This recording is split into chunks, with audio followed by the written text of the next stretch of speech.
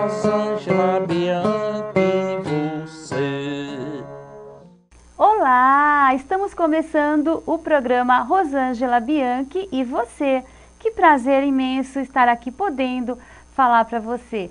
Dr. Newton, muito obrigada por ter aceitado o nosso convite, por estar participando hoje do nosso programa. É uma alegria muito grande tê-lo aqui. O senhor é uma pessoa... eu gosto muito de falar do Dr. Newton porque ele é militante já há 28 anos, é pós-graduado em Direito e Processo Penal, Direito Contratual e Direito Empresarial. É uma pessoa que tem um vasto conhecimento e hoje ele vai nos falar a respeito, vai nos esclarecer um pouco a respeito da Lei Maria da Penha, que é um assunto bastante gostoso de se falar, né, e um assunto que de grande interesse para a população feminina. E o Dr. Newton, eu gosto de lembrar que ele é uma pessoa muito especial também, porque ele não é um profissional comum, ele é uma pessoa que conhece bastante da área dele. Então, por exemplo, quando tem um assunto que os outros advogados acham que não tem mais jeito, ele conhece profundamente, ele vai lá, pesquisa e ele consegue, ele dá um jeitinho, ele encontra lá nos artigos uma forma de entrar com aquela ação e além de conseguir entrar com a ação, ele consegue geralmente no final ganhar a ação. O que mudou com a chegada da Lei Maria da Penha e de que forma ela está ajudando estas vítimas? Em primeiro lugar, quero agradecer o convite, a sua gentileza, as suas palavras gentis, mas não é que sejamos especiais e nem que tenhamos algum diferencial além dos nossos outros colegas. É que nós nos dedicamos, buscamos, pesquisamos. Você me convidou para esse programa e pediu para que falássemos acerca desta lei, a Lei 11.340, que é a Lei Maria da Penha, conhecida como Lei Maria da Penha, mas que, na verdade, o nome é Violência Doméstica. E nós fomos fazer uma pesquisa, buscar autores consagrados, juristas renomados, para poder trazer para o seu público a melhor orientação. E eu tenho um material que eu trouxe para você acompanhar conosco, para que nós possamos dirimir as dúvidas do público, para que nós possamos passar para as pessoas o que realmente a lei tem para dizer, porque muitas vezes as pessoas entendem de maneira diferente a lei por não terem um conhecimento jurídico acerca do que diz as leis, principalmente os artigos, né? Muitas leis são formadas apenas por artigos e isso faz com que as pessoas se dispersem na hora de fazer uma melhor avaliação a respeito da lei. A Lei Maria da Penha, ou a Lei da Violência Doméstica, como foi nominada, né? Ela tem por finalidade criar mecanismos para coibir a violência doméstica e familiar contra a mulher. Então, veja bem que o legislador utilizou uma palavra violência doméstica e familiar. Então, ela tem todo um contexto, ela tem que estar dentro desse contexto que a lei fala para que o agressor seja alcançado pela Lei 11.340, a mais conhecida como a Lei Maria da Penha. E mais especificamente, o que é a violência doméstica e familiar? Por exemplo, o senhor pode citar um caso, um exemplo, para que as pessoas possam entender melhor? A gente, para entender melhor a questão da violência, a lei, ela trata de violência toda a ação, ou seja, o fazer alguma coisa, ou a omissão, deixar de fazer alguma coisa. E de acordo com o artigo 5º da Lei 11.340, essa omissão deve gerar morte, lesões, danos morais e materiais, lesões psicológicas. Essas são a violência que a lei fala. E a violência, para a maioria das pessoas, ela acha que a violência só abrange a questão física. Na verdade, não. Ela abrange toda uma questão, todo um âmbito mais abrangente do que se possa imaginar.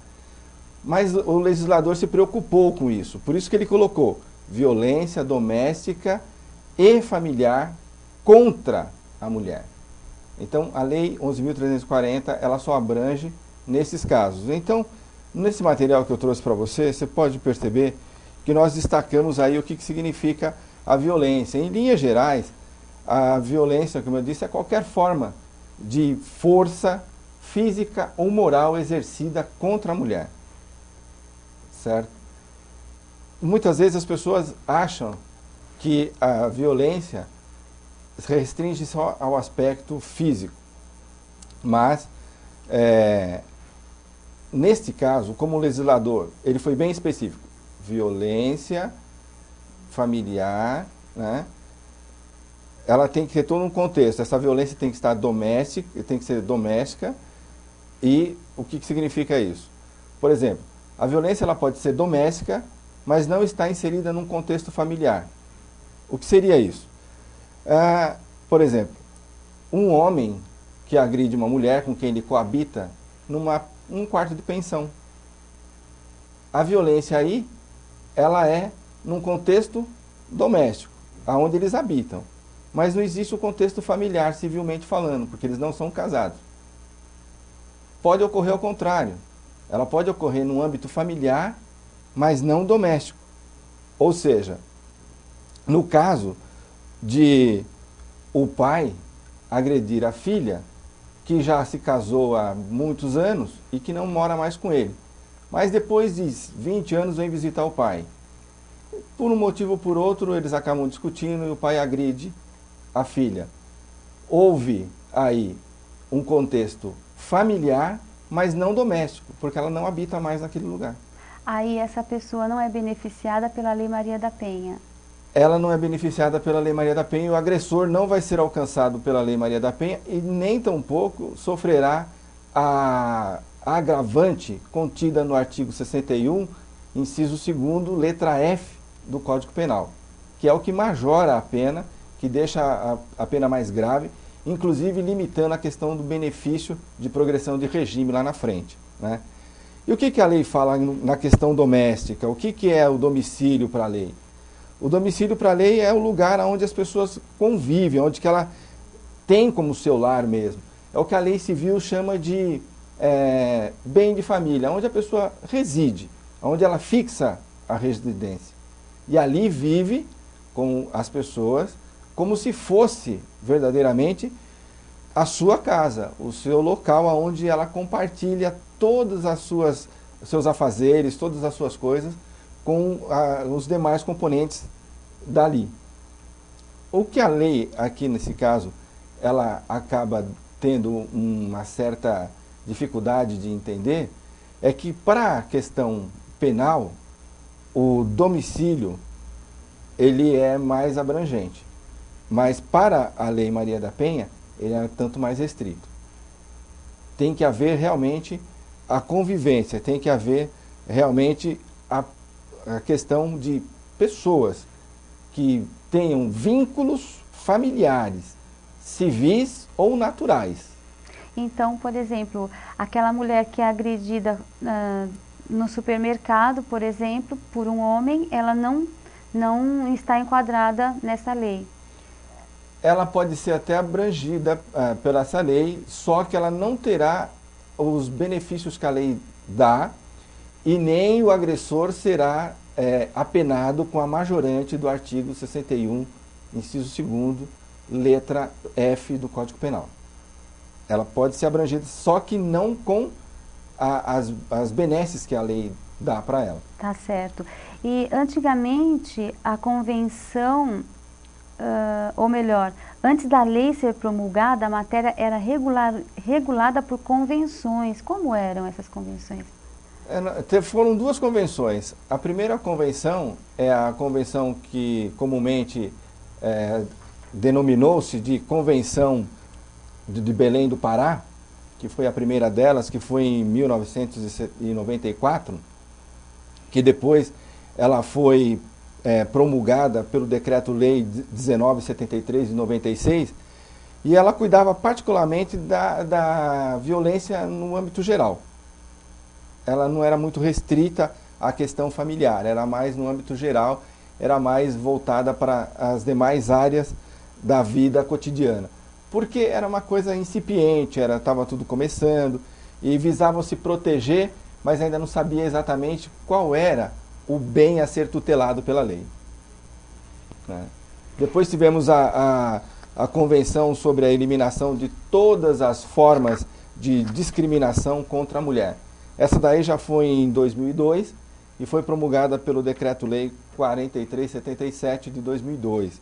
Essa já restringiu um pouco em determinadas áreas, mas ela visou mais dizer que ela não estava beneficiando a mulher em detrimento do homem. Ela procurou estabilizar ou igualar a força entre os sexos. Por isso que ela abrangia a proteção da mulher no lar, no trabalho, na escola, nos lugares públicos e privados. Então deu-se uma abertura muito grande e ficou assim uma coisa também meia fora vamos dizer, de aplicar, porque ficou muito genérico. Né? E o que a lei considera violência? Já falamos, a questão de uma ação ou uma omissão, certo? Fazer alguma coisa ou deixar de fazer alguma coisa em favor da mulher que possa fazer com que ela venha a sofrer lesões físicas, lesões morais, pode vir até a óbito, toda forma de agressão, até contra o patrimônio dela, é abrangida pela lei 11.340, e que fala que a agressão não é apenas física, mas moral e também contra o patrimônio dela. Certo? Certo. Por exemplo, o marido briga com a mulher e vai lá na garagem e depedra o carro dela. Coloca ele abaixo. Ele vai ser enquadrado na lei 11.340. Porque ele danificou o patrimônio dela. Violência contra o patrimônio. Né? Se você está mais ou menos comparado com o artigo 157 do Código Penal, que diz que é subtrair para si ou para outro mediante violência ou grave ameaça contra a pessoa. Só que no caso aqui é contra o patrimônio, que também é considerado violência. E nessa pesquisa profunda que o senhor nos trouxe hoje, no capítulo 1 das medidas integradas de prevenção, diz a política pública que visa coibir a violência. Né? Ela está realmente cumprindo o seu papel? O Estado padece de um mal muito grande, que é a área social. Se tem dinheiro para fazer muitas coisas, menos para se investir no social. E a lei também foi genérica, colocou o Estado como sendo a União, os estados federados, o Distrito Federal e os municípios. Quer dizer, deixou aberto o jogo de empurra. Um empurra para um, o outro empurra para o outro e assim vai. E ninguém toma essas medidas protetivas, essas políticas sociais em favor de fazer a lei caminhar para onde deveria. Ele diz, dá assistência à mulher em situação de violência doméstica e familiar. Então, as vítimas não têm encontrado esse apoio, essa assistência?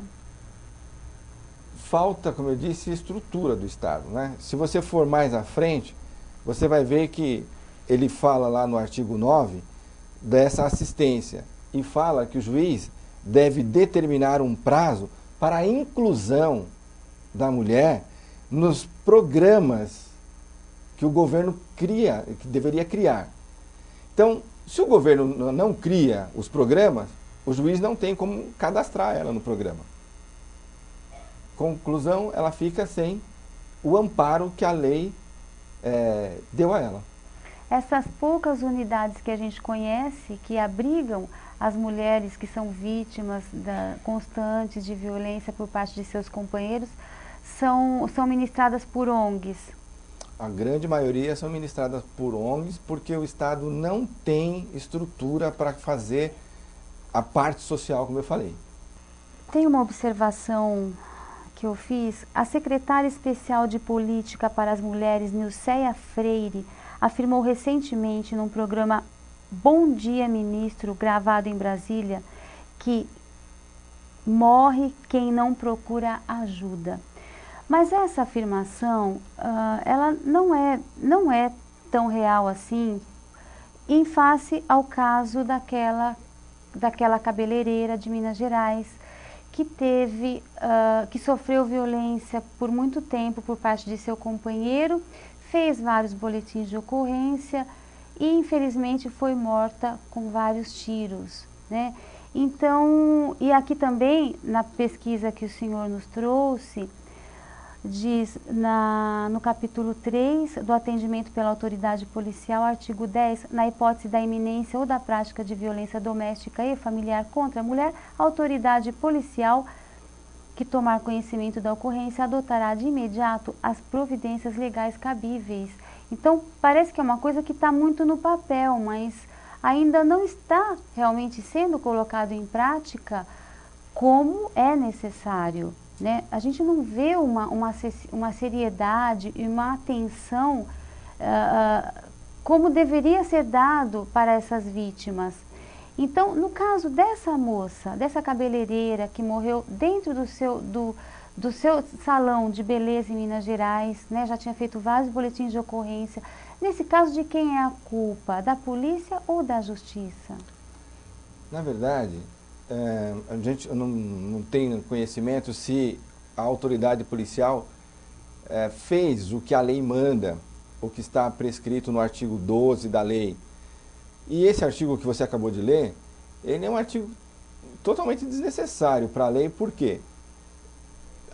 Toda autoridade policial, ao tomar conhecimento de qualquer tipo de agressão, ela é obrigada a tomar providências sob pena de ser processada por prevaricação. Ou seja, deixar de cumprir o seu munus público, ou seja, deixar de cumprir aquilo que a lei lhe manda cumprir. Então, ponto passivo, não há nenhuma vamos dizer assim, nenhuma observação maior a fazer. A observação maior a ser feita está no artigo 11, onde que diz que no atendimento à mulher em situação de violência doméstica e familiar, a autoridade policial deverá, entre outras providências, garantir a proteção policial dela, quando necessário, comunicando de imediato o Ministério Público e o Poder Judiciário. Será que aquela autoridade comunicou ao Ministério Público e ao Poder Judiciário das agressões que ela sofreu? E mais, diz que deveria encaminhá-la de imediato a um hospital para fazer os exames de corpo de delito, deveria fornecer transporte para ela para um abrigo, junto com seus dependentes, e aí a gente pode dizer que a lei está caminhando para um hiato entre a realidade e a norma legal. Por quê? A autoridade policial não tem como dar esse transporte e nem tampouco criar abrigo para colocar essa mulher. Quem deveria fazer isso era a União, os estados, o Distrito Federal e os municípios, que não têm criado um mecanismo para isso. E ele diz que, se necessário, deverá acompanhar a ofendida ao local para a retirada dos seus pertences, mas é outra coisa também que depende muito da boa vontade da autoridade policial, do efetivo policial, e aí ficam as duas polícias jogando uma para as costas da outra a realização desse item.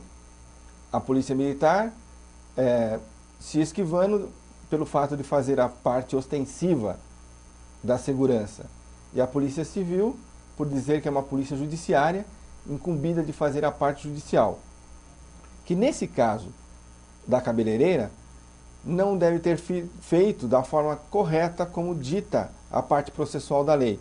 Não encaminhou ao juiz o pedido dela para que ele desse as proteções que ela necessitava, para que ele fizesse incluí-la nos programas de proteção para que fizesse com que ela se visse protegida pela lei.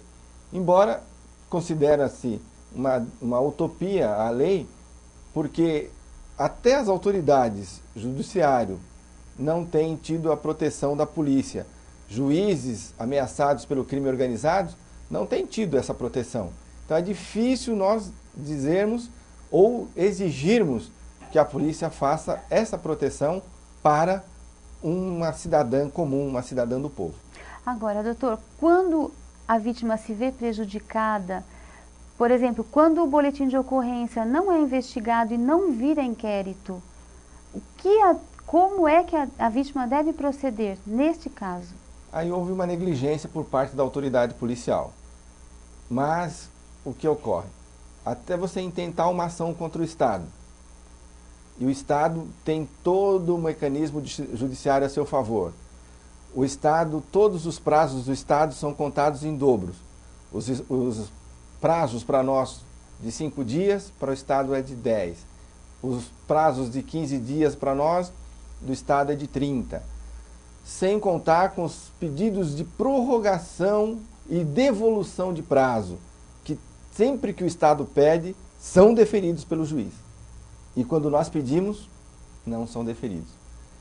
Sem contar que o Estado, perdendo a ação, existe um mecanismo judicial chamado recurso ex officio, ou seja, ele é obrigado a apelar, ainda que ele saiba que está totalmente errado, mas é obrigado a apelar e vai para a instância superior. E na instância superior, do dia que o processo chega até o dia que vai para a mão do desembargador relator, demora-se em média 2 anos. E aí você vai entrar com uma ação contra o Estado e esperar quanto tempo para ser ressarcido daquele dano. E nós sabemos, como no caso da cabeleireira, um bem maior que foi a vida, não há nenhum tipo de valor que pague, ou ainda por maior que seja esse valor, de forma nenhuma servirá de lenitivo para os parentes e para os filhos daquela mulher. Então, há uma perca irreparável. O que se deveria ter era um pessoal preparado, conhecedor da lei. A lei, no artigo 12, lá no final, você vai ver que ele diz que a autoridade policial, melhor dizendo, desculpa, no artigo 11, lá no finalzinho, vai dizer que a autoridade policial é obrigada a dizer para a vítima quais são os direitos que esta lei lhe oferece e os serviços que estão disponíveis. Só que ela te dá uma série de garantias, mas não tem nenhum serviço disponível. Não é colocado em prática. E aí se forma uma lacuna muito grande entre a lei e a prática. E a prática. E aí cria-se aquela ilusão de que a lei não tem aplicabilidade. Ou seja, a lei foi feita para não ser cumprida. E aí a sensação de impunidade toma conta das pessoas. Porque ela pode, como provavelmente aconteceu com o marido daquela cabeleireira, ter a ideia de que poderia praticar o crime que ele quisesse praticar, que ele jamais seria alcançado pelo braço da lei. Justamente porque a lei não tem uma ligação direta entre a norma e a prática. Tá certo, doutor. Olha, nosso tempo já está esgotado. Eu quero agradecê-lo muito pela presença e dizer a você, se você está sendo vítima de violência, qualquer tipo de violência, procure a autoridade, procure a polícia. E se o seu boletim de ocorrência não foi para frente, então tem que procurar a corregedoria da polícia. Corregedoria da polícia, porque isso tem que ir para frente, isso tem que virar inquérito, isso deve ser investigado. Então você tem que procurar, você tem que fazer valer os seus direitos. Está na lei, você tem que fazer valer os seus direitos. E é dessa forma que a gente vai modificar essa sociedade. Não é deixando para lá, não é fazendo de conta que não existe, é realmente procurando os seus direitos. Infelizmente, as pessoas não têm conhecimento dos seus direitos. E o que é importante saber é que a lei, muitas vezes, seja boa na teoria e a aplicabilidade dela seja ruim, mas você tem que buscar os seus direitos e fazer com que as autoridades se movam a cumprir, a obedecer aquilo que eles mesmos criaram através do legislador. E dizer para que as autoridades que elas devem cumprir. No caso da Lei 11.340, o artigo 12 fala que a autoridade policial deveria ter ouvido o agressor, deveria ter indiciado o agressor, deveria ter ouvido as testemunhas, e ele, depois de ser ouvido e indiciado, certamente o ânimos necante dele, a vontade, o desejo de matar dele, deveria automaticamente ter diminuído. Doutor Newton, muito obrigada pela presença do senhor aqui no nosso programa. Obrigada, esclareceu bastante. E se você tiver alguma dúvida, quiser consultar o doutor a respeito de qualquer outro assunto, é só ligar para 0 operadora 11 2647 0011. 0011. Muito obrigada. E o e-mail é advocacia newtonsouza@ing.com.br.